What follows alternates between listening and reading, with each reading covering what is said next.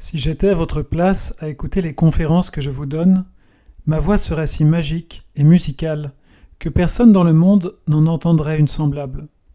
Je pourrais aussi dessiner à la perfection. Les humains qui obéissent à Dieu sont doués.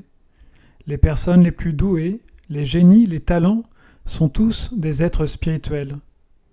Les religieux de nos jours supposent qu'en devenant pieux, ils n'ont plus besoin d'apprendre.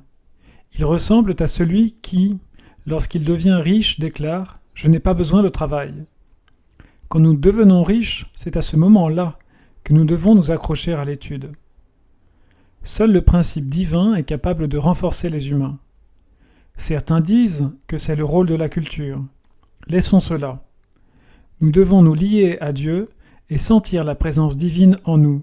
C'est là la force véritable. Une sœur a demandé « Comment pouvons-nous avoir la force pour aider les autres ?» Grâce au lien avec le principe de l'intelligence cosmique. C'est de lui seul que nous pouvons obtenir notre force à condition d'entrer en relation avec lui et de l'aimer. Le monde est un. Comme le monde, l'esprit humain est un. Trouvons un lieu dans ce monde où nous pourrons recevoir l'esprit divin. Dieu déverse son esprit sans mesure. Pourtant, quand une âme n'a pas terminé son évolution, le monde divin ne peut s'y manifester. Ceux qui n'ont pas terminé leur évolution n'ont pas de lien direct avec Dieu et ne peuvent pas en avoir. Ce n'est pas que c'est impossible, mais même si Dieu leur parle, ils ne peuvent pas le comprendre.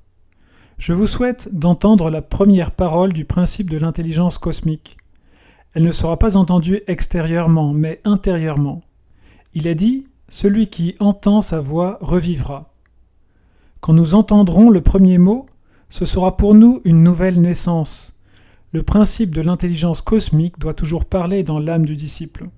C'est alors que celui-ci est libre et une paix profonde s'installe dans son âme.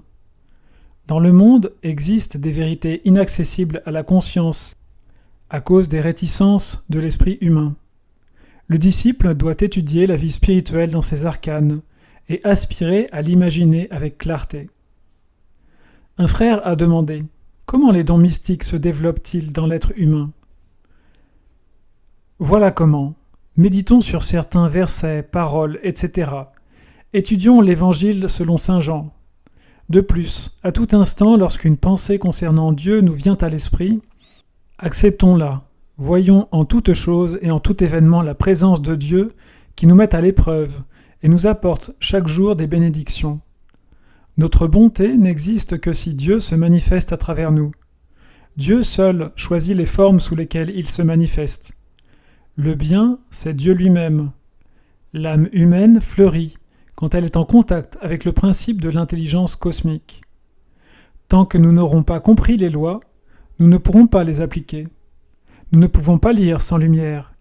Si le soleil ne brille pas en nous, nos plantes intérieures ne pourront pas fleurir et les fruits que nous attendons ne pourront pas mûrir. Dans le monde, c'est sur l'appréciation de Dieu que nous devons compter. Personne ne nous aime plus que lui. Lorsque nous avons de bonnes pensées, nous sommes ouverts à la lumière divine. Quand nous émettons de bons souhaits, nous sommes réceptifs à l'amour divin. Si nous avons la bonne volonté et si nous sommes prêts au sacrifice, nous sommes ouverts à la force divine. Les pensées sont d'une grande importance. Elles constituent la condition nécessaire pour attirer le bien divin et pour lui être réceptifs. Quand nous pensons à Dieu, nous obtenons ses qualités. Au lieu de penser uniquement à nous-mêmes, pensons à Dieu. Il existe une loi. Nous ressemblons à celui à qui nous pensons. Nous ressemblons à ceux qui nous entourent. Appliquons cette philosophie expérimentale et ne la limitons pas à un discours théorique de vérités incomprises.